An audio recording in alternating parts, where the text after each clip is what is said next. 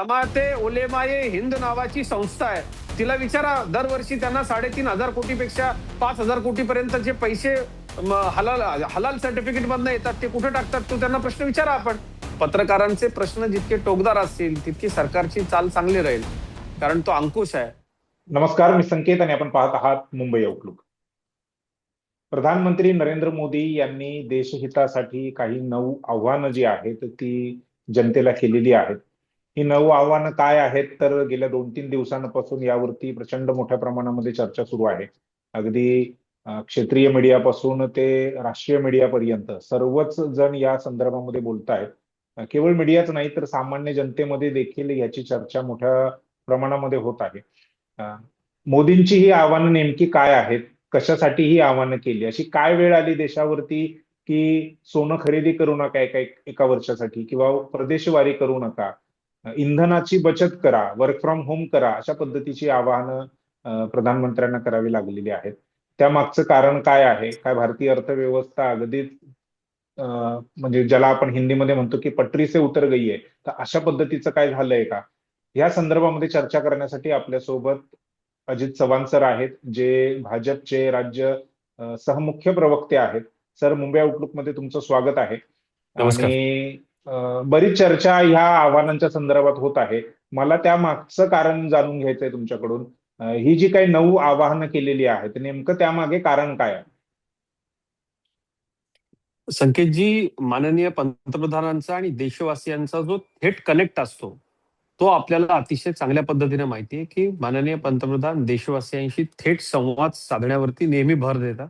बरोबर. आणि इतिहास आहे आतापर्यंतचा की माननीय पंतप्रधान नरेंद्र मोदीजींचं आवाहन हा देश, या देशातली जनता अतिशय गांभीर्याने घेते.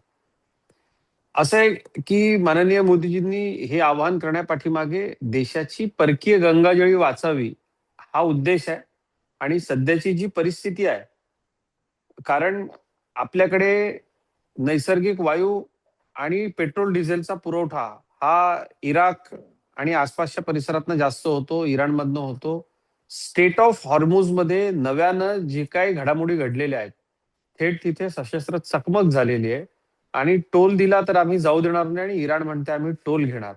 ही जी आंतरराष्ट्रीय एक प्रकारची कोंडी भारताची या ठिकाणी झालेली आहे, आणि सर्वच देशांची झालेली आहे. सर्वच देशांना. आपण जर आता या परिस्थितीमध्ये खरं तर केंद्र सरकारचं कौतुक केलं पाहिजे की देशवासियांना नीट नियोजन करून आंतरराष्ट्रीय संबंधांचा अतिशय चांगला वापर करून, कारण इराणशी आपले अतिशय चांगले संबंध आहेत, अतिशय चांगले संबंध आहेत. आणि संकेतजी, आंतरराष्ट्रीय संबंध ही दर आठवड्याला बदलत जाणारी गोष्ट आहे. म्हणजे त्याच्यामध्ये तुम्ही प्रतिसाद कसा देता, आणि आपले मुत्सद्दी त्यातल्या त्यात आपल्या देशाचा फायद्याचा विचार काय, हा इतरांना न दुखवता तो कसं दुसऱ्याच्या गळी उतरवून शेवटी आपला फायदा पदरात पाडून घेणं, हे खरं कौशल्य आंतरराष्ट्रीय संबंधांचं असतं असं मला वाटतं. आणि त्यामध्ये भारतीय मुत्सद्दी हे निश्चितपणे यशस्वी ठरलेले आहेत. पण आता अमेरिका ज्या आडमुठ्या पद्धतीनं वागतीये, आपल्यालाच नाही तर जपान पासून, चीन पासून सगळ्यांनाच याचा त्रास होतोय.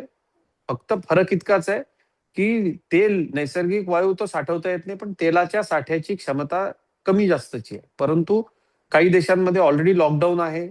काही देशांमध्ये मी नाव घेणार नाही कारण त्यांची आपली तुलना करायची नाही, असं माझं आत्ममन मला सांगतं. पण शेजारच्या पाकिस्तानमध्ये काय परिस्थिती आज पेट्रोल डिझेलची आहे, तर अतिशय गंभीर आहे. तर मला असं वाटतं की माननीय पंतप्रधानांनी, ज्यांना सहज शक्य आहे, म्हणजे ज्या शेतकऱ्यांना सहज शक्य आहे, त्यांनी किमान 25% रासायनिक खतांचा वापर जर कमी केला, तर साधं उदाहरण आहे, मी शेतकरी आहे, 242 रुपयाला मला युरियाची एक बॅग मिळते. 2014 साली अशी परिस्थिती होती की भरमसाठ, म्हणजे आता आपण 2,500 रुपये प्रति गोणी केंद्र सरकार युरियाच्या बॅगवरती अनुदान देतं, आणि म्हणून मला ती 242 रुपयांना मिळते. अन्यथा मिनिमम 3,500 ते 4,500 रुपयांना मला मिळेल. बाजूच्या देशांमध्ये ती 6-6.5 फातेमा नावाचा एक प्रोडक्ट आहे युरियाचा, 6,500 रुपयाला शेजारच्या देशातला शेतकरी ती बॅग विकत घेतोय. ती मला 242 रुपयांना मिळते. का? तर केंद्र सरकार सबसिडी देतं.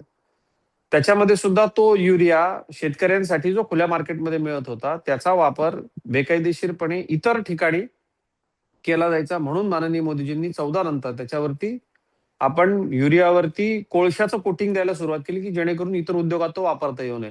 त्यामुळेही केंद्र सरकारचा खूप मोठ्या प्रमाणावरती पैसा वाचलेला आहे. मी ज्या जिल्ह्यातनं येतो, नाशिक जिल्ह्यामध्ये, आम्ही अतिरिक्त 300 कोटी रुपयांचा फवारा किंवा खतं हे पिकांवरती देतो. कोल्हापूरमध्ये तीच परिस्थिती आहे. मला असं वाटतं या निमित्तानं आम्ही जर त्याचा विचार केला, तर मोठ्या प्रमाणावरती आमचाही फायदा होईल, विषमुक्त लोकांनाही मिळेल आणि बऱ्यापैकी कमी येईल. दुसरा विषय, अनेक गोष्टींचं आवाहन माननीय पंतप्रधानांनी केलंय. त्याला जर देश म्हणून आपण सगळ्यांनी एकदम प्रतिसाद दिला, तर निश्चितपणे त्याचा खूप मोठा फायदा असा होईल, की आपली परकीय गंगाजळी वाचेल. कारण हे तात्कालिक हा विषय आहे आणि शेवटी याच्यामध्ये देशवासियांना सामावून घेतल्याशिवाय, देशवासीय सोबत असल्याशिवाय काही हे घडणार नाही. अनेकांनी अनेक वेगवेगळ्या पद्धतीच्या टीका केल्या, परंतु आता 1-2 दिवसापूर्वी जी अभूतपूर्व परिस्थिती आखातामध्ये निर्माण झालेली आहे, त्यामुळं पंतप्रधानांनी परकीय गंगाजळी वाचवण्यासाठी हे केलेलं आवाहन आहे आणि मला 100% खात्री आहे, की देशाची जनता याला अतिशय गांभीर्याने घेईल आणि आम्ही सगळे मिळून आपण, आणि याच्यामध्ये कुठेही सत्ताधारी विरोधक हा भाग नाहीये. पंतप्रधान हे संपूर्ण देशाचे आहेत आणि हे बरोबर. देशावरची एक प्रकारची कोंडी आपण ज्याला म्हणूयात, ती कोंडी फोडण्याकरता थोडीशी काटकसर, जी काटकसर भारतीयांच्या रक्तामध्ये आहे, ती जर आम्ही केली तर आमची परकीय गंगाजळी मोठ्या प्रमाणावरती वाचेल आणि त्याकरताच पंतप्रधानांचं हे आवाहन. बर. तुम्ही तुमच्या ओपनिंग रिमार्क्स मध्येच अगदी अमेरिका इराण जे जे काही युद्ध सुरू आहे तिथपासून ते भारतापर्यंतच्या सगळ्याच गोष्टी सांगितलेल्या आहेत. आपण सविस्तर थोडं एक एक करून त्यावरती बोलूया. ही जी परिस्थिती आज आहे, ही काय काल किंवा 2 दिवसांपूर्वी 4 दिवसांपूर्वी निर्माण झालेली परिस्थिती नाहीये. ही परिस्थिती गेल्या 4 महिन्यांपासून आहे. फेब्रुवारीच्या एंडिंग पासून अमेरिका इराण यांचं मोठ्या प्रमाणामध्ये युद्ध झालं. आधी तणाव होता, त्या तणावाचं रूपांतर युद्धात झालं. 4 महिन्यांपासून ह्या सगळ्या गोष्टी होत आहेत. 4 महिन्यांपासून होर्मुझ जो आहे तो बंद आहे आणि तिथून जे काय तेलाची आयात आपण करत होतो ते ते बंद झालेलं आहे. दुसरीकडे चीन आणि रशिया सारखा जो देश आहे त्या देशांची जहाज मात्र त्या होर्मुझ मधून जात आहेत. भारताचं जहाज जात नाहीये. तर अशी सगळी परिस्थिती किंवा हे जे संकट आहे युद्धामुळे निर्माण झालेलं, ते काल आलेलं परवा आलेलं संकट नाहीये. हे 4 महिन्यांपासून सुरू आहे. अख्खं जगाचं लक्ष त्या ठिकाणी आहे. मग हे आवाहन आजच का करावं लागतंय किंवा 2 दिवसांपूर्वीच का केलं गेलं? कारण वेळेला घेऊन दोन प्रश्न आहेत. एक तर हा एक प्रश्न. नाही, आता तुम्ही जर माहिती घेतली तर भारत, चीन, जपान या सगळ्या देशांची जहाजं हॉर्मुझमधनं सोडली जात होती आणि त्याच्यामध्ये भारताच्या जहाजांना प्राधान्यानं इराण सोडत होतं. बरं. ज्याच्यावरती भारताचा झेंडा आहे किंवा जी व्यावसायिक जहाजं भारतीय कंपन्यांनी भाड्याने घेतलेली आहेत. त्या जहाजांना अतिशय प्राधान्यानं म्हणजे अशी सोडलं जात किती होतं. जहाज आली असतील या 4 महिन्यामध्ये? मला निश्चित आकडा सांगता येणार नाही, पण बरं. सातत्यानं नैसर्गिक वायूचा पुरवठा या देशाला, कारण तो काही साठवता येत नाही आणि आपण हं, इराकमधनं आणतो आणि तो तिकडूनच सगळा येतो. तर 2 दिवसापूर्वी सशस्त्र चकमक झडली बरं. आणि त्या चकमकीमध्ये अमेरिकेनं अशी आडमुठी भूमिका घेतली, की टोल जर देणार असतील कुठली जहाजं, तर आम्ही त्यांना सोडणार नाही. या सगळ्या परिस्थितीमध्ये भारतानं काय केलं पहा, तर भारतानं आपण इराणला मानवी मदत पाठवणं थांबवलं का, तर अजिबात थांबवलं नाही. आपण कुणालाही बळी पडलो नाही. जी मानवी मदत पाठवायची ती आपण पाठवलीच आणि त्याच्यामध्ये विशेषतः औषधांचा मोठा साठा होता आणि भारताचे आणि इराणचे जे संबंध आहेत ते अतिशय चांगले असल्यामुळं इराणची जी यंत्रणा आहे ती भारतीय जहाजांना अजिबात अडवत नव्हती. हे आपण लक्षात घेतलं पाहिजे. दुसरीकडे चीन असेल, जपान असेल, इतर जे देश असतील, या सगळ्या गडबडीमुळे त्यांच्या सुद्धा जहाजांना गेले 2 दिवस हॉर्मुझमधनं जाता येत नाहीये. ही ताजी अपडेट आपण लक्षात घेतली पाहिजे. बरं. नाही, आणि ठीक आहे. जर अडचणी ज्या अगोदर होत्या हां. अडचणी ज्या होत्या, त्या अडचणी आत्ता वाढल्यात अगदी एकदम, की अजिबातच जाऊ द्यायचं नाही आणि पुन्हा आम्ही हल्ले सुरू करू, अशी जी अमेरिकेची भूमिका आहे. त्यामुळे सगळ्याच देशांना, तिथे काही भारताची जहाजं थांबवली अशी नाही. सर्वच देशांच्यासाठी हॉर्मुझची सामुद्रधुनी ही डोकेदुखी झालेली आहे. ही ताजी अपडेट आपण लक्षात घेतली पाहिजे. दुसरा एक विषय, हे काय फक्त भारतात सुरू आहे का? मी आता आज आंतरराष्ट्रीय बातम्या आपल्याला सांगतो. हं. थायलंडमध्ये बघा सरकारनं काय आवाहन केलेलं आहे. लिफ्ट वापरू नका, एसी वापरू नका, लोकांना हाफ पॅन्ट आणि टी शर्ट मध्ये ऑफिसला जा. जेणेकरून तिकडे कापड चोपड धुण्यासाठी ज्या यांत्रिक याचा वापर केला जातो त्याचीही बचत व्हावी. सरकारी सर्व कर्मचाऱ्यांना थायलंडमध्ये वर्क फ्रॉम होम देण्यात आलेलं आहे, जेणेकरून मोठ्या प्रमाणावरती जो एसी वापरला जाईल तो कमी होईल. त्याच्यानंतर आपण जर बघितलं असेल तर लाईव्ह सुरू होतं आणि त्या लाईव्हच्या दरम्यान थायलंडमध्ये अँकर्सनी आपले कोट उतरवून ठेवले, एसी बंद केला आणि एक आवाहन केलं लोकांना की त्यांनी वीज वाचवली पाहिजे. आता थायलंड सारख्या देशामध्ये जो नैसर्गिक साधन संपत्तीनं समृद्ध आहे, आपल्यापेक्षा त्यांच्याकडे बऱ्यापैकी गॅसचे साठे आहेत, त्यांच्याकडे साठवणूक क्षमता देखील अधिक आहे. टायरचा उद्योग या देशामधला अतिशय मोठा जागतिक उद्योग आहे आणि संबंध जगभर त्यांचा व्यापार आहे. त्यांचं परकीय चलन आपल्यापेक्षा मजबूत आहे.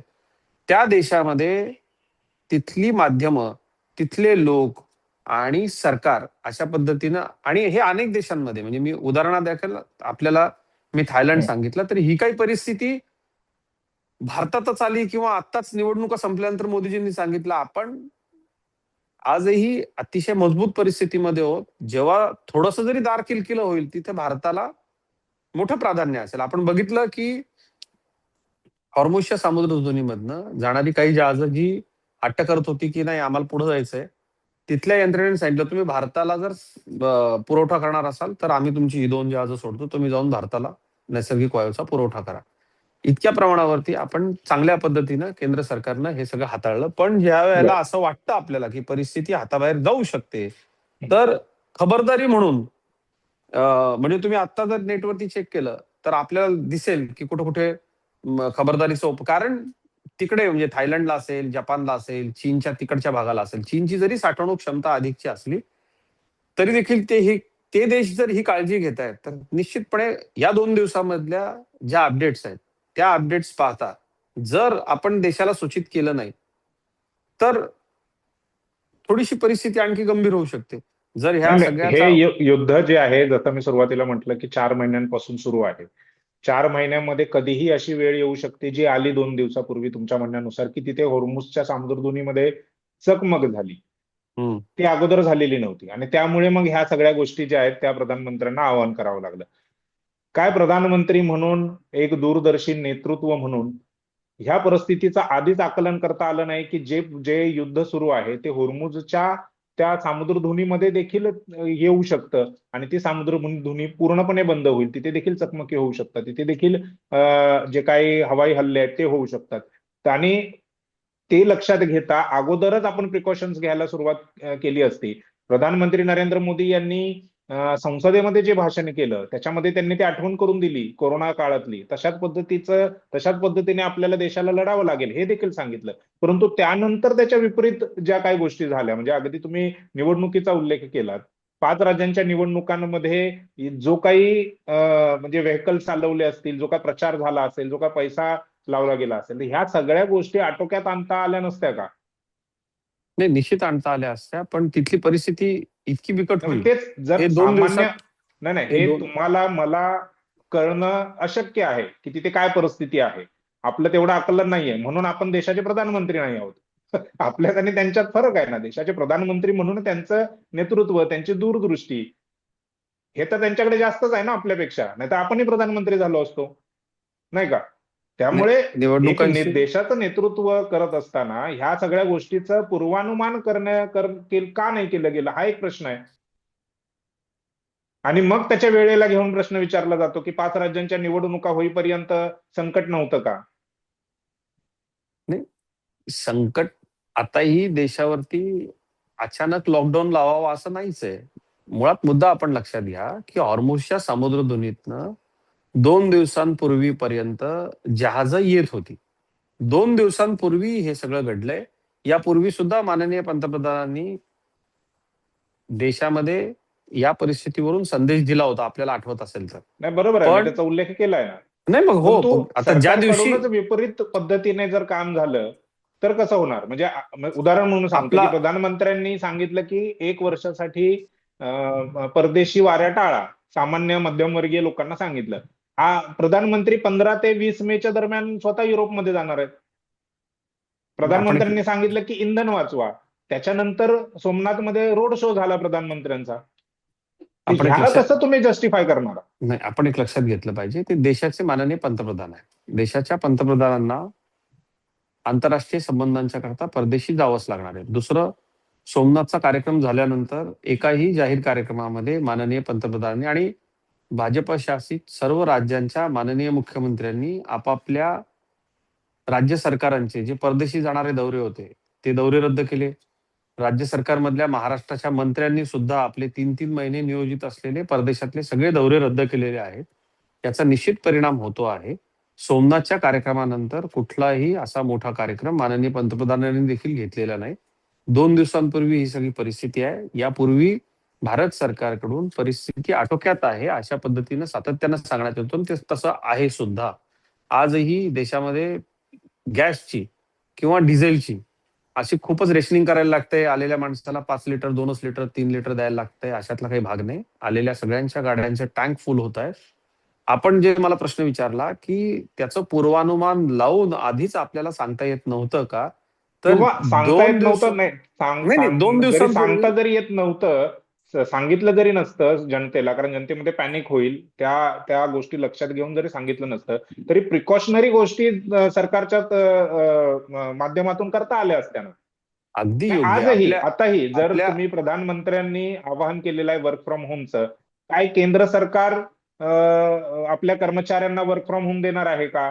काय राज्य सरकारने तसा काय अजून निर्णय घेतलेला आहे का? बिलकुल. आता मला जर आपण थोडं सलग बोलू दिलं तर मी आपल्या प्रश्नांची नक्कीच, उत्तरं देईन. नक्कीच, नक्कीच. मला आपल्याला तेच सांगायचंय, की यापूर्वी तशी परिस्थिती नव्हती. 2 दिवसांपूर्वी सशस्त्र चकमक अमेरिका आणि इराणची घडली आणि त्यांनी 2 दिवसांपासून ती हॉर्मुझची सामुद्रधुनी ब्लॉक केलेली आहे. यापूर्वी सुद्धा माननीय पंतप्रधानांनी तशा पद्धतीच्या सूचना देशाला दिल्या होत्या, की हा कठीण काळ आहे. आगामी काळामध्ये आपल्याला अडचणींना सामोरं जावं लागू शकतं. 2 दिवसांपूर्वी हे सगळं घडल्यानंतरच इमिजिएटली पंतप्रधानांनी देशाच्या समोर येत हे सांगितलं. आधीच अशा पद्धतीनं पंतप्रधानांनी आवाहन करणं म्हणजे देशामध्ये आपण म्हणताय तसंच हलकल्लोळ माजवण्यामध्ये काय हासिल होतं? आज तिथून जहाजं येत नाहीत, परंतु आपल्याकडे साठा आहे का? तर निश्चित आहे. 1-2 दिवसात त्याच्यावरती मार्ग निघेल का? तर तशी 100% आशा आहे. परंतु तिथं काही घडल्यानंतर लगेचच इमिजिएटली त्याच्या संदर्भामध्ये देशाला, देशाच्या यंत्रणेला, नागरिकांना माहिती देणं हे क्रमप्राप्त आहे म्हणून पंतप्रधानांनी दिली. त्याचा संबंध आमच्या विरोधकांनी निवडणुकांशी जोडला. पण निवडणुकांच्या काळामध्ये तशी परिस्थिती नव्हतीच. तर त्यावरून आवाहन करून लोकांमध्ये हल्लकल्लोळ माजवण्यात काय हासिल आहे? हा मुद्दा आहे. दुसरा विषय आपण सांगितलात, की पॅनिक केंद्र लोकांमध्ये सरकार पॅनिक लोकांमध्ये पॅनिक पसरवू नये ह्यासाठी घेतलेली गोष्ट किंवा काळजी सरकारने घेतली हे बरोबर आहे. परंतु सरकारच्या स्तरावरती त्या गोष्टी आटोक्यात आणता येऊ शकत होत्या. निवडणुकीचा प्रचार न करता किंवा कमी करता, निवडणुकीचा प्रचार कमी झाला असता, रोड शोज कमी झाले असते, रॅलीज कमी झाल्या असत्या, परंतु एक सकारात्मक संदेश जनतेमध्ये गेला असता की सरकार जे बोलतंय त्या पद्धतीने सरकार वागतंय देखील. मला दुसरा प्रश्न विचारायचा आहे, म्हणजे जो मी आधी विचारला नाही, पण. हा, तुमच्या प्रश्नाचं मी उत्तर देऊन पुढे गेलो तर जास्त हा, सोयीस्कर बर होईल. बर आपल्याला जे बर असं वाटतं आहे, की आपण एक गोष्ट पत्रकार म्हणून लक्षात घेतली पाहिजे. निवडणुकांच्या सारख्या अतिशय महत्त्वाच्या विषयाला आपण म्हणताय, की त्याच्यामध्ये प्रचार झाला नसता तर चाललं असतं. हे अतिशय गंभीर विधान आपलं आहे. पत्रकार म्हणून आपण एक लक्षात घ्या, की हा देश हा लोकशाही असलेला देश आहे. या देशामध्ये निवडणुका अतिशय महत्त्वाच्या आहेत. आपल्यासारख्या जबाबदार पत्रकारांनी निवडणुकांच्या बाबतीमध्ये अशा पद्धतीचं विधान करणं हे बरोबर नाही असं माझं मत आहे. नाही, मी लोकशाही मधला यासाठी उत्सव 2 मिनिटं माझं उत्तर पूर्ण होतं. लोकशाही मधला हा अतिशय महत्वाचा उत्सव आहे. लोकशाहीत निवडणुका ठरल्याप्रमाणे होणं आणि लोकांच्या मनामध्ये असलेलं नवं सरकार सत्तेवरती येणं ही केंद्र सरकारची अतिशय महत्वाची जबाबदारी आहे. काही आमच्या विचाराच्या विरोधामधली सरकार आली, काही ठिकाणी संघर्ष करून आमची सरकार आली. ही खरी लोकशाही आहे. देशामध्ये अडचण असती तरी इतर ठिकाणी रेशनिंग करून त्या राज्यांमध्ये विशेष पुरवठा करून तिथल्या निवडणुका नीटपणे पार पाडल्या गेल्या असत्या. जर संकट असतं तरी, संकट नव्हतंच. पण या देशामध्ये इतक्या उथळपणाला सुरुवात झालेली आहे. अतिशय गंभीरपणे मी आपल्या आरोपांचं खंडन करतो आणि पत्रकार म्हणून, मी सुद्धा पत्रकार आहे, त्यामुळे पत्रकार म्हणून मला असं वाटतं, की जर देशामध्ये अतिशय गंभीर आपत्कालीन आणीबाणीची परिस्थिती निर्माण झाली असती तरी त्या राज्यांमध्ये विशेषतः गाड्यांचं रेशनिंग करून सरकारी यंत्रणेला डिझेलचा पुरवठा करून सामान्य नागरिकांच्या करता या निवडणुका निर्वेधपणे कसं पार पाडता येईल, ही जबाबदारी केंद्र सरकारची होती. त्यामुळं निवडणुका थोड्या टाळता आल्या असत्या, पुढे घेत जाता आल्या असत्या वगैरे वगैरे वगैरे. या गोष्टी आपण जाहीर नाही, मी माध्यमातून बोलणं गंभीर आहे असं माझं माझं मत म्हणणं आहे. बर बर माझं म्हणणं हे नव्हतं की निवडणुका पुढे ढकलायला पाहिजे होत्या. माझं म्हणणं मग हे काय होतं करायला की पाहिजे? प्रचार प्रचार जो आहे तो कमी करता आला असता. उदाहरण म्हणून मी कोणता संदर्भ देतोय? कोरोनामध्ये म्हणजे 2020 मध्ये बिहारच्या निवडणुका झाल्या. कदाचित तुम्ही त्या प्रचारामध्ये हे बिहारला गेला असाल की माहिती नाही मला, परंतु मी स्वतः ती निवडणूक कव्हर करण्यासाठी गेलो होतो. कोरोनाचा काळ असताना देखील निवडणूक आयोगाने ज्या पद्धतीने त्या निवडणुका पार पाडल्या, त्यावरून मी हे म्हणतोय की जर संकट इतकं गंभीर आहे, गेल्या 4 महिन्यांपासून हे सगळं आहे, तर तो प्रचार जो आहे तो आटोक्यात आणता आला असता. म्हणजे कोरोनाच्या काळामध्ये मला आठवतंय की 3 ते 4च लोक डोर टू डोर जाऊन प्रचार करत होते. तिथे कुठल्याही पद्धतीच्या मोठ्या रॅलीज झाल्या नाहीत. 1-2 ठिकाणी झाल्या, पटना वगैरे त्या ठिकाणी झाल्या. परंतु जो प्रचार होता तो डोर टू डोर झाला. मला हे म्हणायचं होतं. मला पुढचा प्रश्न असा आहे की केंद्र सरकार आणि राज्य सरकार आवाहन करून 2-3 दिवस झालेले आहेत. अजूनपर्यंत कोणत्याही सरकारी यंत्रणेकडून किंवा सरकारकडून, म्हणजे केंद्राचं असेल किंवा कोणत्याही राज्याचं जे सरकार आहे, त्यांनी आपल्या कर्मचाऱ्यांना वर्क फ्रॉम होम दिलेलं नाहीये.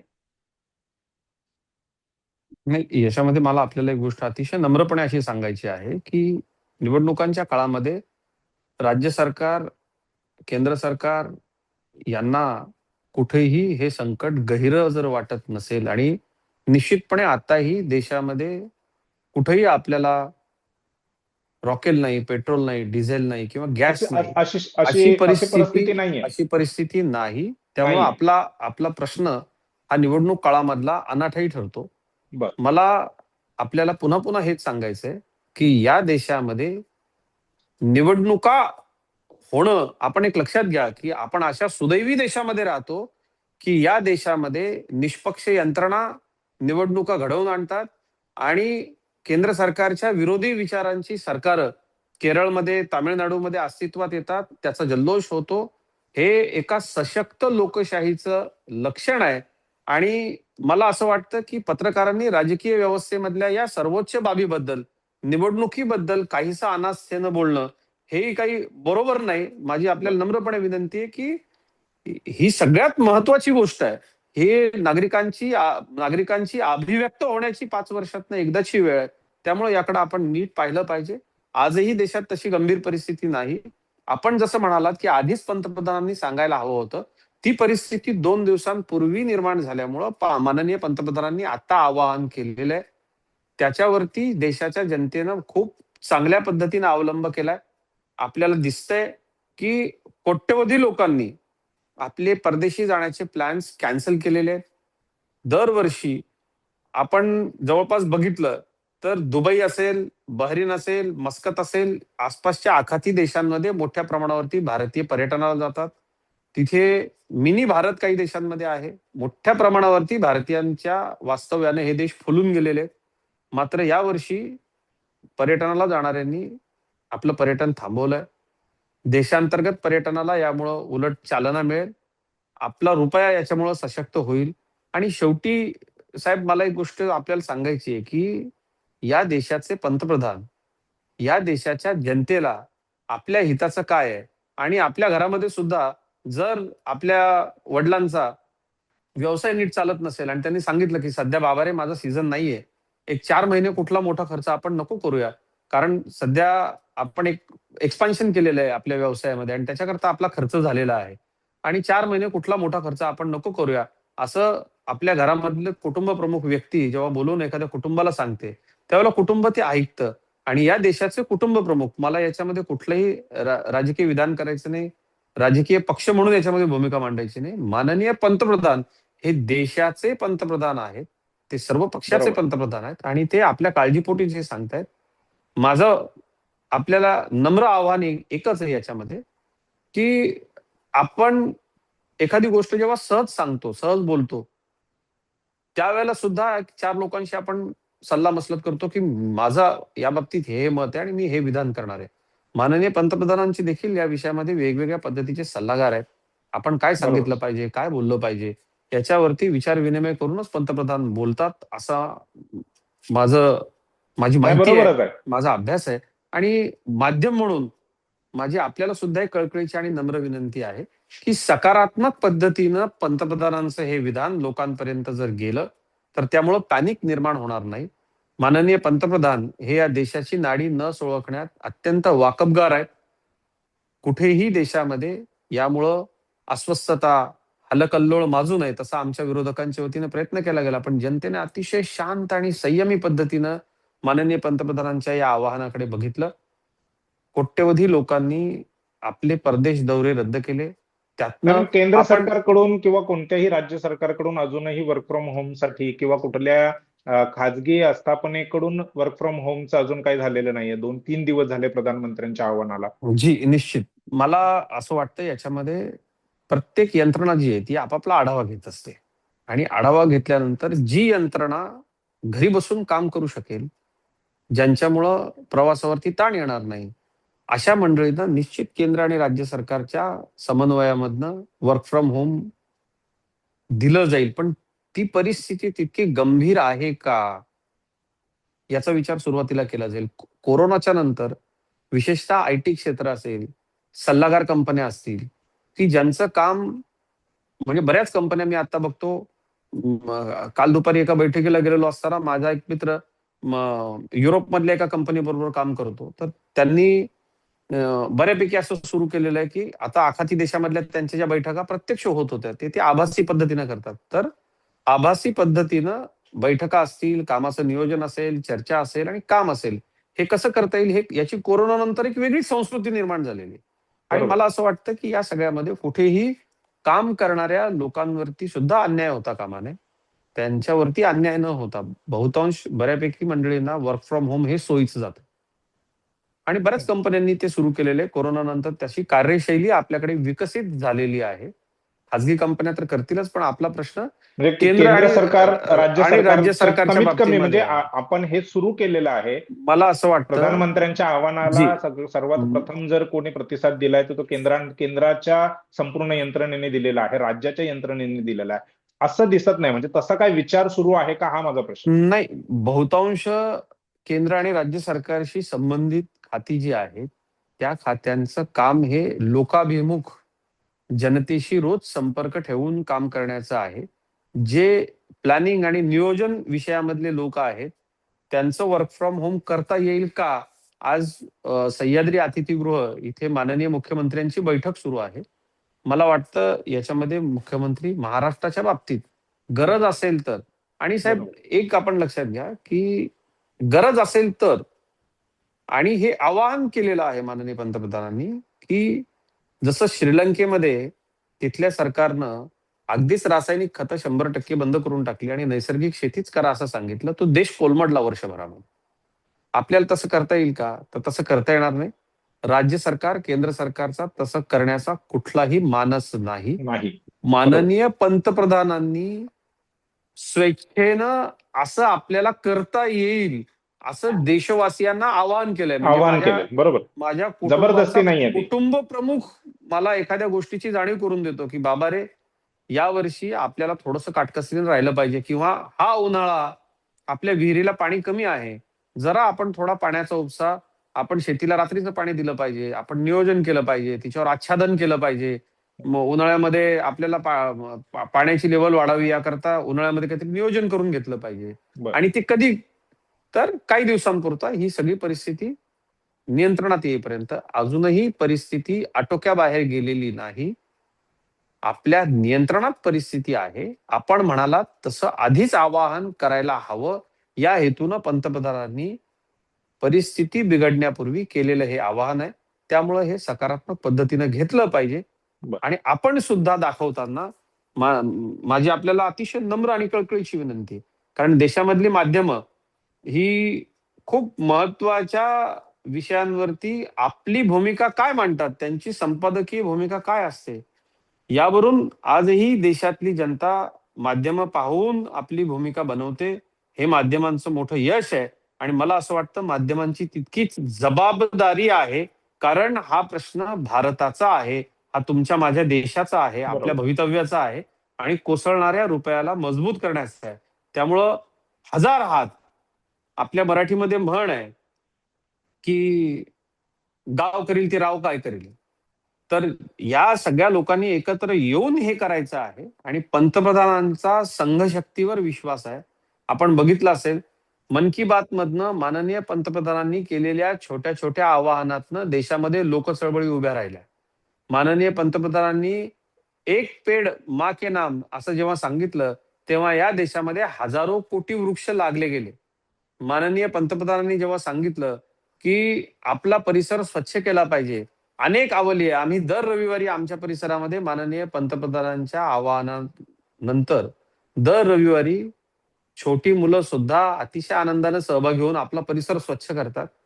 आणि मन की बात मधनं या देशानं पाहिलंय की मोदीजींच्या आवाहनाची ताकद काय आहे. त्यामुळं निश्चित मला खात्री आहे येत्या काळामध्ये भारताची जनता रुपयाला बळकट केल्याशिवाय राहणार नाही. बर. सोने खरेदी करू नका कमीत कमी एका वर्षासाठी, हे देखील या 9 आव्हानांपैकी एक होतं. तुम्हाला असं वाटत नाही का की ह्यामुळे सोन्याचा जो जो व्यवसाय आहे आणि त्या व्यवसायावरती त्या व्यवसायामधून जो रोजगार मिळतोय, जवळपास 50-60 लाख रोजगार हा थेट आहे, डायरेक्ट आहे, आणि उर्वरित जो काही आणखीन 30-40 लाखापर्यंतचा जो व्यवसाय रोजगार आहे तो इनडायरेक्ट आहे. तर ह्या जर एकही म्हणजे एका ग्रॅमचा देखील व्यवहार झाला नाही या संपूर्ण एका वर्षात प्रधानमंत्र्यांच्या आव्हानाला साथ देत, तर ह्या संपूर्ण म्हणजे जवळपास 1 कोटी रोजगाराचा प्रश्न जो आहे तो निर्माण होईल असं वाटत नाही आपल्याला? किंवा त्यातून संकेत काय मार्ग आहे? नाही नाही संकेतराव, माननीय पंतप्रधानांना असं वाटलं नसेल का हो की आमचे सुवर्णकार बांधव किंवा बाकीचे इतर लोक नाराज होतील. हे आव्हान काही सोनं खरेदी करू नकाच असं नाहीये. पण असं आहे की या देशामध्ये आहेरे आणि नाहिरे वर्ग आहे. जो सामान्य माणूस आहे तो विशेष प्रसंगी सोन्याची खरेदी करतो आणि ती करत राहिलीच पाहिजे. मुलीचं लग्न आहे, घरामध्ये काही विशेष प्रसंग आहे, त्या प्रसंगी सोन्याचे दागिने करणं हा आपल्या संस्कृतीचा भाग आहे. तो थांबवा असं पंतप्रधान म्हणाले का? तर अजिबात नाही. पण त्यांनी काय पण सांगितलंय? त्यांनी समारंभांचा त्यांनी उल्लेख केलेला आहे त्यामध्ये, त्यांनी त्यांनी की काय घरातल्या सांगितलं? काही समारंभांमध्ये आपण सोने खरेदी करतो ते करू नका, म्हणजे वर्षभर तरी करू नका असं त्यांचं म्हणणं आहे. निश्चित विवाह सोहळ्यामध्ये खरेदी करू नका, असं काही पंतप्रधान म्हणाले नाही. दुसरा विषय मी तुम्हाला आपली सांगतो, की हं. अनेक लोकांना सवय असते बघा, या देशामध्ये बचतीमुळं आणि विशेषतः महिला भगिनींच्या बचतीमुळं, आपल्या आईच्या, वहिनींच्या, बहिणीच्या बचतीमुळं हा देश तरलाय अशी माझी भावना आहे. ज्यावेळेला नक्कीच. कुठेही अडचण ज्यावेळेला येते घरामध्ये, त्यावेळेला घरामधली स्त्री येऊन उभी राहते आणि ती सांगते, की माझ्याकडे ही घरामधली बचत इतकी-इतकी आहे आणि ही संकटकाळी मी तुम्हाला देते. आमच्या बऱ्याचशा महिला भगिनी दर महिन्याला पोटाला चिमटा देऊन काटकसर करून 1 ग्रॅम का होईना सोनं घेतात. साठवत, साठवत, साठवत मुलीच्या लग्नापर्यंत किंवा मुलाच्या लग्नापर्यंत त्यांना म्हणजे त्यांचं काही एक टार्गेट सण असतं आहेत की असे की ज्याच्यामध्ये आपण सोने खरेदी करतोच. खरेदी केलं जातं आपल्याकडे, धनत्रयोदशी आहे, केलं गुढीपाडवा जातं. आहे. तर ही जी हं, खरेदी आहे, ही खरेदी फार थोडी असते आणि त्याची साठवणूक होते. तो पैसा हं. आपला तेवढा ब्लॉक होतो. भारताला आज लाखो डॉलर देऊन सोनं आयात करावं लागतं आहे. बरोबर पण आहे. बरेचसे लोक असे सुद्धा आहेत, संकेतराव, हे मान्य केलं हं, पाहिजे आपल्याला, हं, की भ्रष्टाचारापासून अनेक वेगवेगळ्या मार्गाने पैसे कमवणारे आणि हं, हं, हं, किलो-किलोनं हं, सोनं खरेदी करणारे हं, जे लोक आहेत, ते लोक काय हं, करतात? तर हे हं, सोनं खरेदी करून कुठल्यातरी लॉकरमध्ये दडवून ठेवतात, कुठेतरी दडवून हं. ठेवतात. किमान या लोकांना सुद्धा देशाच्या परिस्थितीकडे पाहून त्यांनी आपल्यावरती थोडासा कंट्रोल ठेवावा आणि या काळामध्ये तरी थोडीफार सोन्याची खरेदी जर थांबली, मोठ्या प्रमाणावरती आपण सोनं आयात करतो, त्याकरता लाखो डॉलर आपले खर्च होतात. सामान्य माणसानं आपल्या आयुष्यामध्ये सोनं खरेदी करावे असे एकतर फार थोडे प्रसंग येतात, कारण सोनं इतकं महाग झालंय, सामान्याला परवडतही नाही.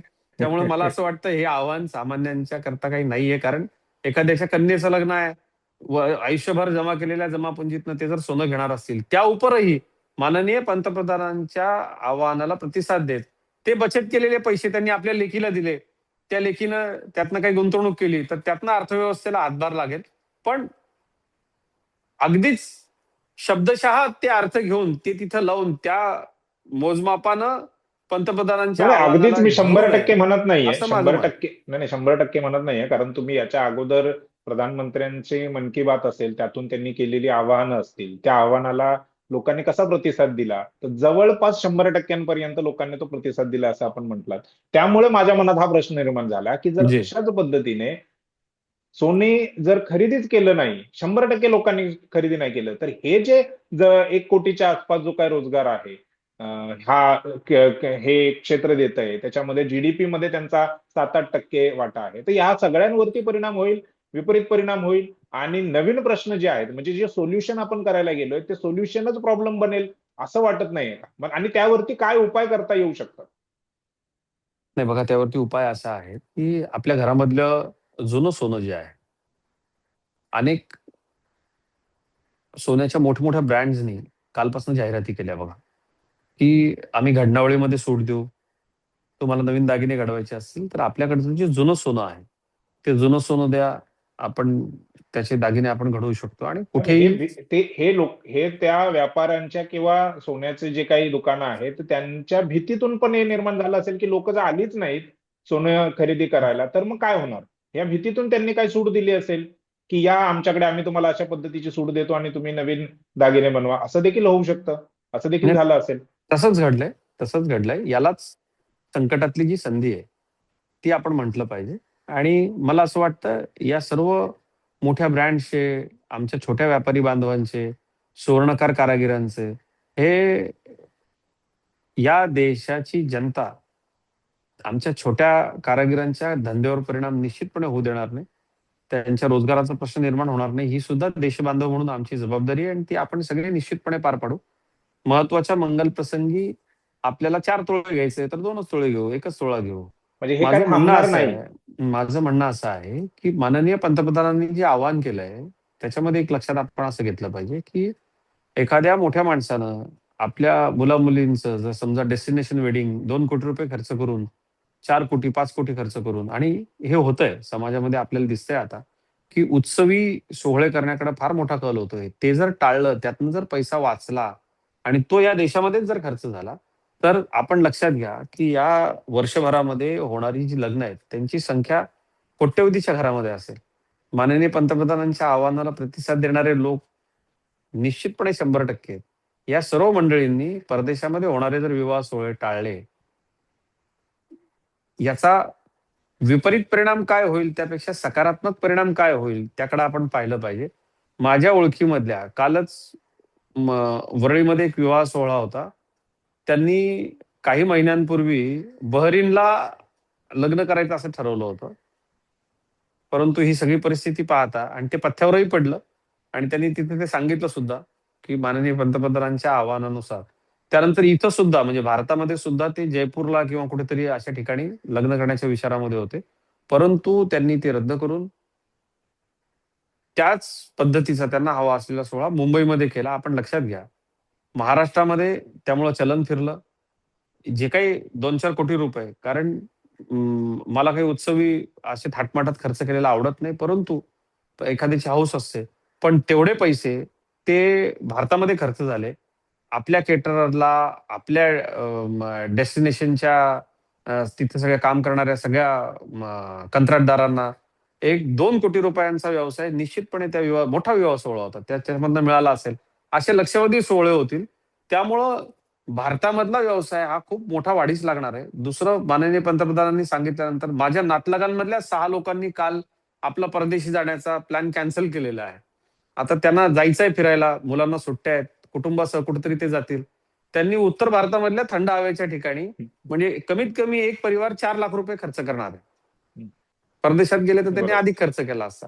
हा सगळा पैसा, आणि आपण कायम बघितलंय, माननीय पंतप्रधानांनी आवाहन केल्यानंतर अनेक देश हात जोडून उभे राहतात. काय झालं होतं मालदीवच्या काळामध्ये? किती मोठ्या प्रमाणावरती पर्यटकांनी प्रतिसाद दिला होता. आणि एक लक्षात घ्या आपण, की हा सगळा पैसा भारतात आला, भारतात याचं चलन फिरलं, तर ही खूप मोठी गोष्ट होणार आहे. आणि आपल्या देशामध्ये हॉटेल व्यावसायिक असतील, स्थानिक पर्यटनाशी संबंधित सगळे रोजगार असतील, हे निश्चितपणे वाढलेले दिसतील. या आकडेवारीवरती नक्कीच, पत्रकार परंतु म्हणून आपण लक्ष ठेवा महिनाभर. नक्कीच. सोन्याचा जो विषय आहे, तो हा पण आहे की भारतातल्या वेगवेगळ्या किंवा मोठमोठ्या मंदिरांमध्ये मोठ्या प्रमाणामध्ये सोनं आहे. 2011चे काही सर्वेक्षण झालेले आहे त्याच्यामध्ये पद्मनाभ स्वामी मंदिर जे आहे त्या मंदिरामध्ये जवळपास 1.5 लाख कोटी रुपयांच्या किमतीचं सोनं तिथे आहे. सोनं आहे आहे. आणि अनेक अनेक गोष्टी आहेत. तिरुपती बालाजी आहे, तुमचं सिद्धिविनायक असेल, शिर्डीचं जे काही संस्थान आहे, साई संस्थान. तर अशा जसं आपण किंवा प्रधानमंत्र्यांनी जनतेला आवाहन केलेलं आहे, त्याच पद्धतीने मंदिर ट्रस्ट जे आहेत त्यांना देखील आवाहन करून तुमच्याकडे असलेलं सोनं देशहितासाठी बाहेर काढा, जनहितासाठी बाहेर काढा. कारण जनहित म्हणजेच जनसेवा हीच ईश्वर सेवा असं आपण मानत आलेलो आहे. तर अशा पद्धतीचं काही करता येईल का? म्हणजे मी फक्त मंदिरांबद्दल बोलत नाही, कारण हे आकडे आहेत आपल्याकडे म्हणून मंदिरांचा उल्लेख आला. ज्या काही धार्मिक ट्रस्ट आहेत त्यांच्याकडे जी काही संपत्ती आहे, विशेष करून सोन्याच्या संबंधातली, तर ती बाहेर काढा असं किंवा आवाहन म्हणा किंवा अशा पद्धतीचं काय करता येऊ शकतं बिलकुल. किंवा केलं पाहिजे का? खूप खूप चांगला प्रश्न आपण विचारला. या देशामधल्या मंदिरांची आकडेवारी आपल्याला सहज उपलब्ध होऊ शकते. सोन्याची, पैशाची, ही मंदिरं करत असलेल्या सामाजिक कामाची आणि या मंदिरांच्या माध्यमातनं सरकारनं जे केलं पाहिजे, ते मंदिरं करतात. हे वारंवार सिद्ध झालंय. अगदी स्थानिक ठिकाणचा एअरपोर्ट बांधण्याची मदत असेल तिथपासून ते लोकांचं डायलिसिस, कॅन्सर हॉस्पिटल, गरजू विद्यार्थ्यांना शैक्षणिक मदत, कुठलीही जात धर्म न पाहता हिंदूंची मंदिरं हे करतात. हिंदूंच्या मंदिरात हिंदूंनी दिलेल्या संपत्तीचा सरकारकडून जनसेवेसाठी सातत्यानं वापर होतो, हे आपल्या लक्षात येतं. परंतु दुसरा एक विरोधाभास या प्रश्नाच्या निमित्तानं हे उत्तर आपण लक्षात घ्या.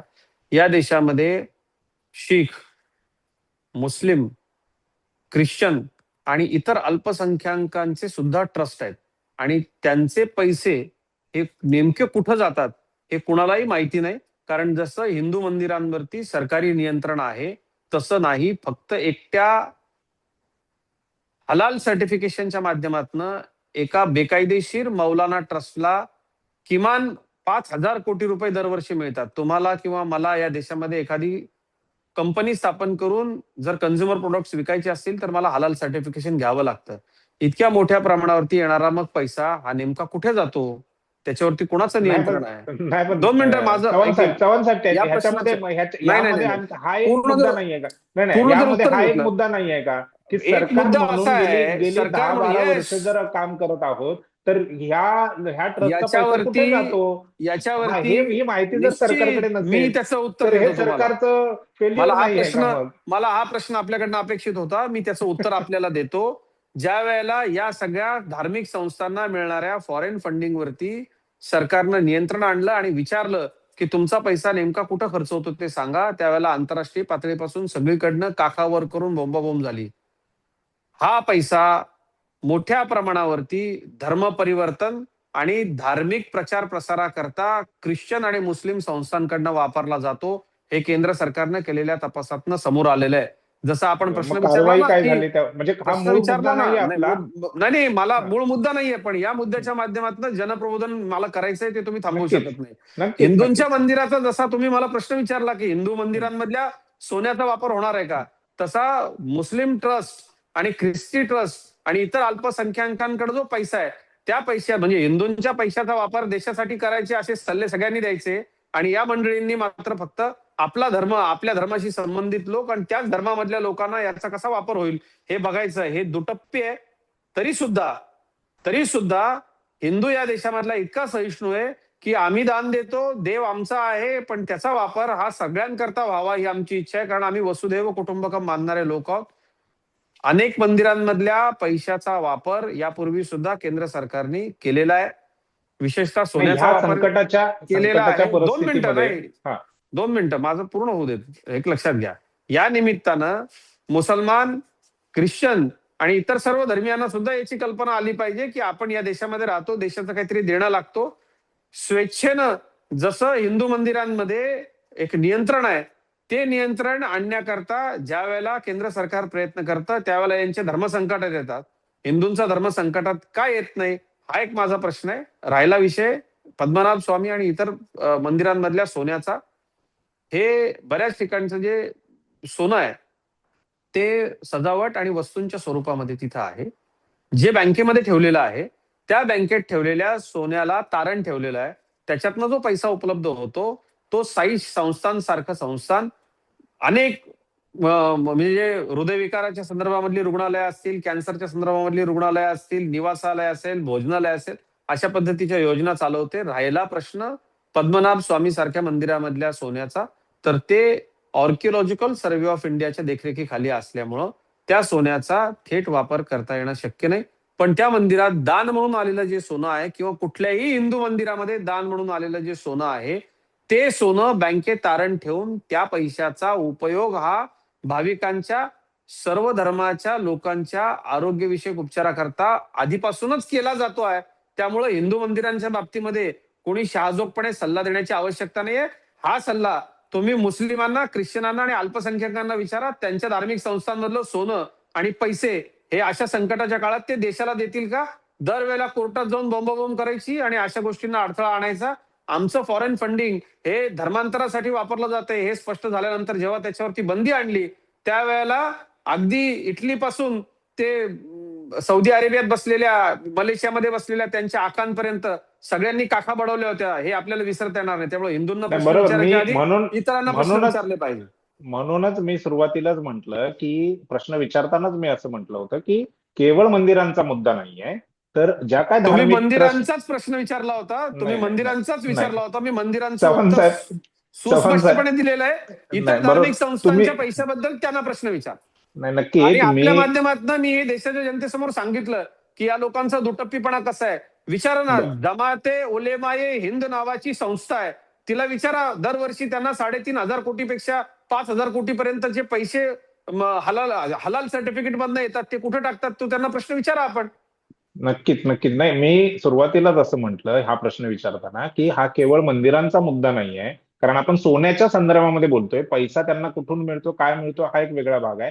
सोन्याचा जो आकडा आहे त्या नाही, कुठून संदर्भातला मिळतो प्रश्न नाही, होता. अगदी नाही, सुस्पष्ट नाही, आहे. त्यांच्या दुसरा धार्मिक संकल्पनेनुसार तुम्ही प्रोडक्ट बनवून त्याचं सर्टिफिकेशन करून विकणार असाल तरच त्यांना ते मान्य आहे. आणि त्यातनं ते पैसे कमवतात. त्या पैशाचं काय होतं? तो पैसा दहशतवाद, आतंकवाद, धर्मप्रचार, मदरशांमधलं शिक्षण कशाकरता वापरला जातो, हे भारतातल्या माध्यमांनी त्यांना बसवून विचारलं पाहिजे, जसं तुम्ही आम्हाला बसवून विचारता तसं. बर. नाही, नक्कीच. मी सुरुवातीलाच असं म्हटलं की प्रश्न केवळ मंदिरांचा नाहीये, तर ज्या काही धार्मिक संस्था आहेत त्या सर्वांचा, मग त्याच्यामध्ये सर्वच धर्माचे आले. सोनं जे आहे ते पद्मनाभ स्वामी मंदिराकडे जास्त आहे असं म्हटलं जातं आणि हे सरकारी आकडे 2011चे आकडे आहेत. कदाचित 11, 12, 15 वर्षानंतर ते आकडे आणखीन वाढले असतील. 2011चे मी तुम्हाला आकडे सांगितलेले आहेत. आणि दुसरा मुद्दा की त्यांचा पैसा म्हणजे इतर धार्मिक ट्रस्टला, मंदिर, त्यांच्या ज्या धार्मिक संस्था आहेत त्यांना मिळणारा पैसा कुठे जातो हे शोधणं देखील सरकारचं काम आहे. सरकारने तो पैसा कुठे जातो, कुठल्या गोष्टीसाठी खर्च होतो हे देखील पाहणं सरकारचं काम आहे. त्यामुळे त्यामुळे नाही, सरकारनं ते माध्यमांनी अतिशय तिथे जाऊन नीटपणे नाही, माध्यमांनी निदान प्रश्न तरी विचारा. सरकार शोधतंय विचारलेत ना, म्हणून परदेशात म्हणून येणारा नाही, पैसा नाही, हा धार्मिक म्हणून परिवर्तनासाठी वापरला जातो, म्हणून फॉरेन फंडिंग वरती अतिशय कडक नाही, मग निर्बंध हे लावलेत जर सरकारने. जर सरकार या जर संदर्भामध्ये कारवाई चव्हाण करते. साहेब पण या देशामधल्या माध्यमांनी हे प्रश्न विचारले पाहिजे ना. विचारतोय ना, आम्ही तेच तुमच्या आमचं समोर सरकार विचारतोय. आल्यानंतर ही सगळी माहिती उघड झाली. जसं तुम्ही मला समोर बसून प्रश्न विचारले तसे या लोकांना प्रश्न आपण विचारा. नक्कीच. माध्यमांनी यांना प्रश्न विचारल्याशिवाय लोकांपर्यंत माहिती जाणार कशी? सरकारला जे काम करायचंय ते सरकार 14 पासून करतच आहे. म्हणून फॉरेन फंडिंग बंद झाल्यानंतर या देशामधले वनवासी असतील, आदिवासी असतील, त्या भागामध्ये धर्मप्रचाराचं काम कसं थंडावलंय याची आपण थोडी माहिती घ्या. आणि ते नाही, नक्कीच. थंडावलंय म्हणून धर्म परिवर्तनानं पछाडलेल्या या सगळ्या कट्टर धार्मिक लोकांना कसा कावीळ झालाय भारतीय जनता पक्षाच्या आणि केंद्र सरकारच्या नावानं, त्याच्यावरही आपण प्रकाशझोत टाकण्याचं काम केलं पाहिजे. बरं, नक्कीच. मूळ मुद्दा आपला हा नव्हता. मूळ मुद्दा आपला प्रधानमंत्री यांनी जे काही आवाहन केलं त्या संदर्भातला होता आणि त्या संदर्भात विस्तृतपणे चर्चा झालेली आहे. अगदी तुम्हाला न आवडणाऱ्या प्रश्नांवर देखील तुम्ही अगदी व्यवस्थितपणे उत्तरं दिलेली आहेत. त्याबद्दल तुमचा आभार, धन्यवाद. आणि तुमचे जे काय राहिलेले, तुम्ही आम्हाला माध्यम म्हणून जे काय आम्हाला प्रश्न उपस्थित केले त्यावरती पण आम्ही नक्की विचार करू आणि ते प्रश्न त्या संबंधित व्यक्तीला विचारण्यासाठी देखील आम्ही काम करू, त्याचा प्रयत्न करू. तुर्तास आपण इथेच थांबतोय. चव्हाण सर, तुम्ही मुंबई आउटलुकला वेळ दिलात, आलात, त्याबद्दल आभार, धन्यवाद. अगदी संयमाने तुम्ही तुमचे मुद्दे मांडलेत त्याबद्दल देखील आभार. आणि पुन्हा एकदा वेळ द्याल, कारण ही मुलाखत ही काही शेवटची नाहीये. मी असं मानत नाही की हे शेवटची मुलाखत आहे. निश्चित. जरी प्रश्न तुम्हाला आवडले नसतील तरी अजिबात नाही, चर्चा होत राहिली पाहिजे. नक्कीच चर्चा होत चर्चा होत राहिली राहिली पाहिजे. पत्रकारांच्या प्रश्नाचं स्वागत आहे. आणि आपले प्रश्नही अधिकाधिक टोकदार होत जावोत, माझ्याकरता आणि इतर सर्वांकरताच या मी शुभेच्छा आपल्याला देतो. पत्रकारांचे प्रश्न जितके टोकदार असतील तितकी सरकारची चाल चांगली राहील, कारण तो अंकुश आहे आणि त्याच्याकरता निश्चित स्वागत आहे, आपलंही अभिनंदन आहे. आपले प्रश्न अधिक टोकदार झाले तरी हरकत नाही आणि आपल्या प्रश्नांचं कायम स्वागत. बरं, धन्यवाद. आणि पुन्हा वेळ द्याल अशी अपेक्षा. धन्यवाद सर. थँक्यू. धन्यवाद.